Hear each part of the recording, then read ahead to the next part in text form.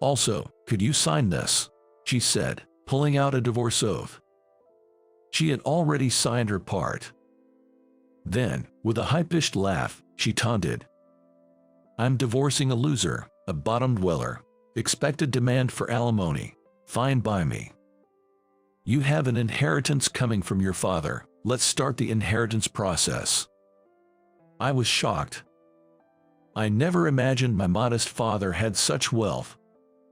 Really? How much are we talking about? I asked out of curiosity. The response was an astounding amount. About $20 million in assets. My name is Tyler. A 42-year-old ordinary office worker. I married 5 years ago, around the time I was promoted to department head. It was an office romance, and our department celebrated our big wedding, funded by my savings. Her radiant beauty and smile from that day are still etched in my heart. My beautiful wife, Michelle, was always the heroine at work. A bit clumsy and not the best at her job, but her ever-smiling, hard-working nature was charming. I never thought I could win over such a popular lady, just admiring her from afar. But working together on a project brought us closer, and I often had to cover for her scatterbrained moments. That led to my confession, and she bashfully nodded in agreement. We dated for a few years before I proposed when I got promoted. Really, I'm so happy.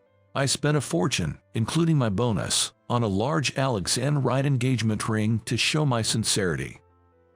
She was touched and promised to never take it off. I was head over heels for her and promised a comfortable life after our marriage. Originally, she wanted to be a stay-at-home wife and said, then, we need to buy a beautiful house. Her radiant smile was enough to make me feel content. We searched for properties and finally bought a luxurious condo, even going on an overseas honeymoon she desired. Though my savings were almost depleted, my steady job paid enough for a comfortable life. I planned to save again for our future children. A peaceful, happy home. Coming home to a wife waiting for me, and someday kids joining us, living happily as a family, has been my long-time dream. Maybe it's because I lost my parents when I was young. Back then, I was completely caught up in the excitement. Having a beautiful wife, a home to live in with my family, and dreaming of the future ahead. I never imagined things would turn out like this. A happy family life. A dream shattered in just a few years after marriage. Michelle was a beautiful and glamorous woman. She looked great in fancy clothes, and it was fun to walk beside her. But that feeling lasted only until our early days as lovers and newlyweds. At first, she'd happily accept even a small accessory with a bright smile and words of thanks, but 5 years into our marriage, she had completely changed. Back in our newlywed days, she would greet me with a smile as soon as I got home.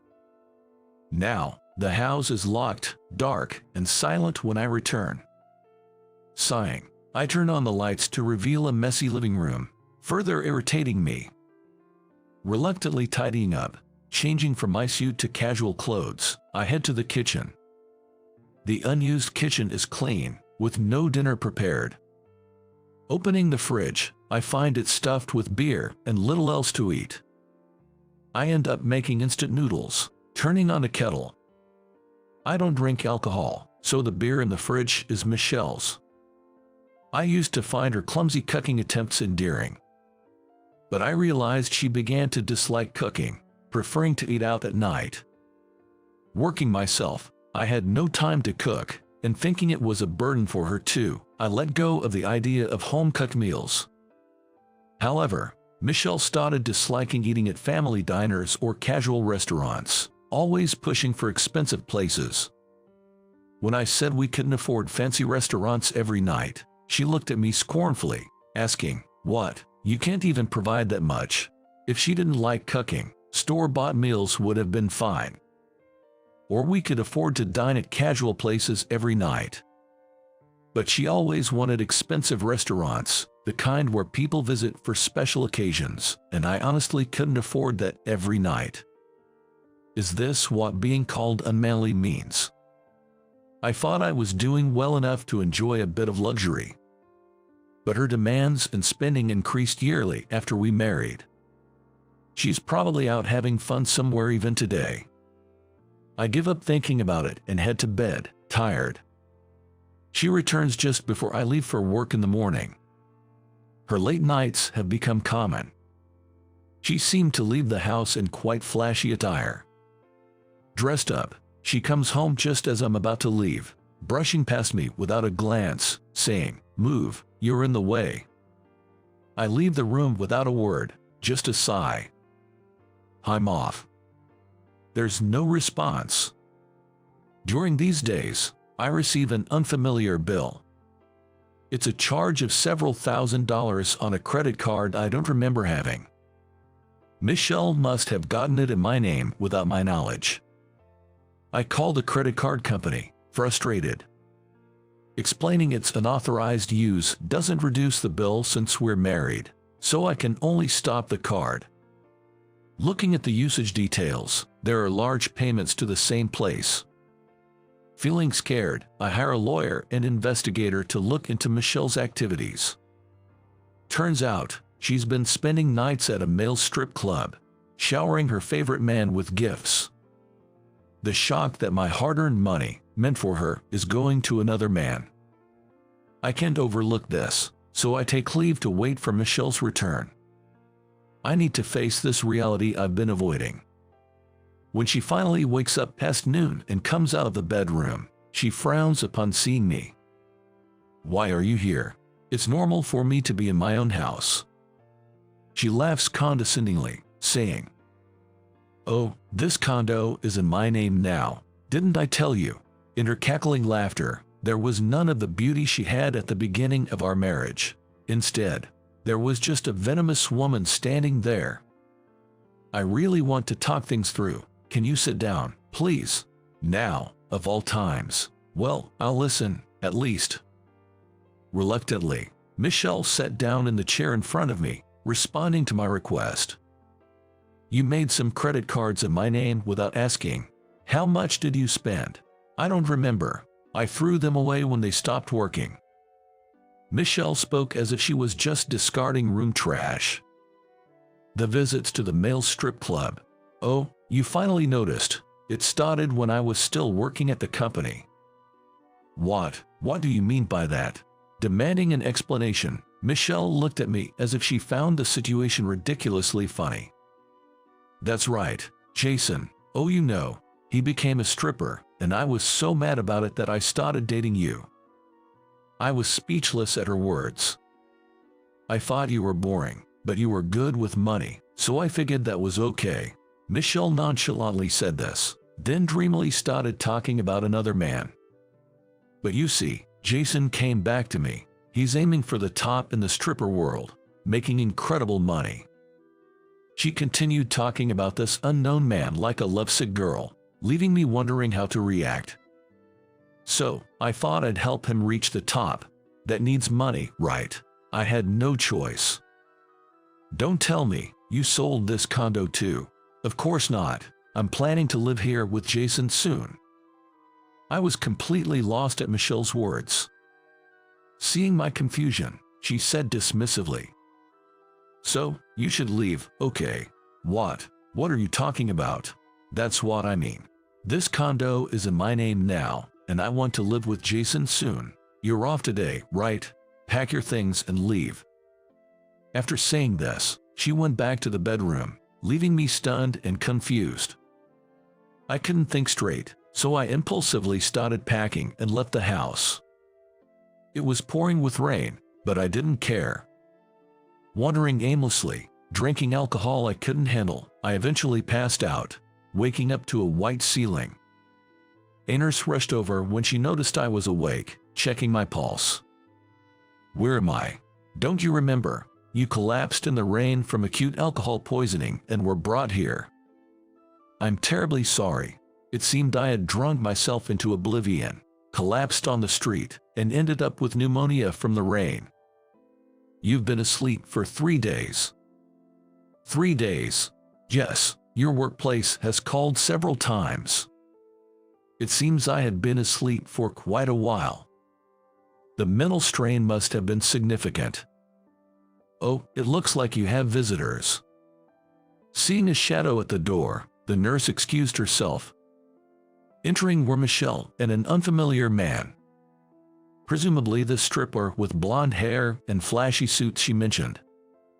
So, you're alive. Thought I might get the insurance money. Her words sent chills down my spine. How much insurance had she put on me? Oh, I threw away all your stuff that was still in the room. I see. I didn't have many personal belongings in my room due to my simple lifestyle and busy job. What I had taken with me was enough. And this, please sign it. With those words, she produced a divorce oath. Michelle had already signed her part. Then, with a high-pitched, mocking laugh, she said, I'm divorcing a useless loser. Expect an alimony demand. Fine by me. Feeling too defeated to argue back, I honestly filled out and signed the divorce oath, then handed it back to her. She happily took the documents and left with her lover. At that point, I didn't care what happened anymore. Feeling overwhelmed, I lay down on the bed and fell asleep. In the following days, 2 unexpected visitors came to see me. The first was a police officer, asking if I remembered being pushed or involved in an accident, but I couldn't recall anything. The officer looked puzzled, leaving me wondering what it was all about. The second visitor was a well-dressed, middle-aged man. I didn't recognize him, but he seemed eager to know about my past. However, I didn't have much to tell. I lost my parents in a family accident when I was young. Apparently, I had no relatives, so I grew up in a foster home. Many foster homes back then were terrible places, and I was shuffled between several, leaving me with few good memories. I left the foster system upon graduating high school, took a gap year to save money, and then went to college. As I narrated my past, the man became tearful. Excuse me, but who are you? I apologize for not introducing myself sooner. I am Kyle Harrison. I'm your father's brother, your uncle. Really? I had never heard of any family relatives. I thought I had none since no one came to claim me. Your parents eloped and got married, injuring my father, your grandfather. They were estranged, and my father was removed from the family registry. However, when my grandfather's anger subsided and he received a letter and photo of his grandchild, he began searching for my parents. But by then, they had already passed away. The news deeply shocked my grandfather. He started looking for me, using private investigators. My parents had been buried without any relatives, and nobody knew where I had been sent. You used a private investigator, right? They're under our control. I had them check, thinking it couldn't be, but... So, you really are my uncle? Yes, I am. You've had a rough time. Don't worry, we'll support you from now on. His kind words made me want to cry. Perhaps it was because I had been alone for so long, unable to lean on anyone during tough times. Being told that it was okay to feel at ease like this was a first-time experience for me. I told my uncle everything that had happened. My marriage to Michelle, her betrayal, and everything leading up to now. I was completely treated like a cash cow, and even the condo I worked hard to buy was taken over. Before I knew it, I was buried in debt. My uncle patted my head, saying I had done well. His touch felt warm, and I couldn't help crying. I'll handle your divorce, but she chose a bad time, even though it's her own doing. What do you mean? You have an inheritance coming from your father. Let's start the inheritance process. I was surprised. I never imagined my modestly living father had such an estate. Really? How much are we talking about? The amount he mentioned in response to my curious question was astonishing. Yeah, The assets are roughly about $20 million, I guess. A week had passed. I had returned to work at the company. The employees in my department congratulated me on my discharge from the hospital, expressing their relief that I was safe. Then, when I reported my divorce along with my hospital discharge, my colleagues looked at me with indescribable expressions. Their somewhat pitying looks made me realize they knew about her true nature. No, more precisely, after our marriage, rumors about her had apparently been circulating. Everyone had been considerate enough not to mention it to me, but back then, Michelle was apparently flirting with other male employees as well. In fact, many who learned of her betrayal after marrying me speculated that she chose me for the most expensive engagement ring. However, seeing me happy and seemingly doing well in the early days of marriage, they thought it was just rumors. But the women in the office were quite harsh, convinced that she would definitely use me for money. They knew about Michelle's extravagant spending and her complaints about her boyfriend becoming a stripper. At the time, I was too caught up in the excitement of marriage, and it seemed no one wanted to say anything to someone about to get married. However, now, there seemed to be a sense of guilt towards me for having gone through such a messy divorce. It was just my naivety. Nobody else is to blame. Besides, I got to meet relatives I thought I didn't have. When I said that and smiled, the atmosphere in the office brightened up a bit, and I felt a renewed sense of joy in being able to work here again. After being kicked out of my home, I was living in an apartment owned by the Harrison family. It's a really nice place, and though I offered to pay rent, I was told this was originally part of the assets your father was to inherit. Don't worry about it, but surely, this luxury apartment isn't part of my inheritance, right? Considering the estimate at $20 million I was told about, I was just focusing on returning to a peaceful life amidst these surreal events. That's when my phone rang with a loud noise. It was Michelle calling. What more could she possibly want from me? Concealing assets from your wife, aren't you the worst? And why do I have to pay alimony? Her shrill voice blasted through the phone. Confused, I asked, what are you talking about? This divorce. Why don't you just pay me the alimony? What's this about a lawsuit? My lawyer had advised a civil proceeding would be best, but with my hospitalization and meeting my relatives, I had completely forgotten. I had thought the divorce was over when she filed the papers. And what's this about having relatives? You said you had none. The Harrison conglomerate chairman's grandson. I had no idea. This divorce is void. Michelle ranted, making no sense to me, so I silently hung up and blocked her number. I had consulted with my uncle, and we decided to settle things with Michelle over the weekend. The reserved restaurant had private rooms, and when I arrived, Michelle and her lover were already seated, glaring at me. Don't worry, everything has been taken care of. My uncle reassured me, patting my shoulder. Encouraged by my uncle, we sat across from them to start the discussion. But what was there to discuss? We were already divorced, and I had given up the condo. So, I did as you wanted. Divorced and let go of the condo. What more do you want? Everything. Why were you living such a lowly life, being from the Harrison family? You were hiding money from me. What are you talking about? I met my uncle only after we divorced. However, Michelle seemed not to listen, ranting, what about the alimony? Why don't you pay it? Why am I the one paying in the civil lawsuit? Glancing to the side, I saw my uncle smiling subtly. It seems that the family has been actively handling various matters. And about the credit card, why do I have to pay when it's in your name? No, you made it without permission and used it yourself. But it's in your name, you should pay. My uncle spoke calmly to the agitated Michelle. Regarding that, it wasn't Tyler who made it. It's a card created through illegal actions, even though you were married, right? What? It's joint property, so it should be fine. In that case, you also have a responsibility to pay. My uncle's calm voice was overlaid by a firm tone.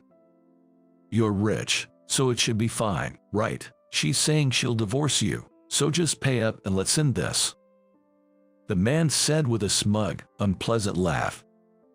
Frankly, it wasn't something a cheating partner should be saying.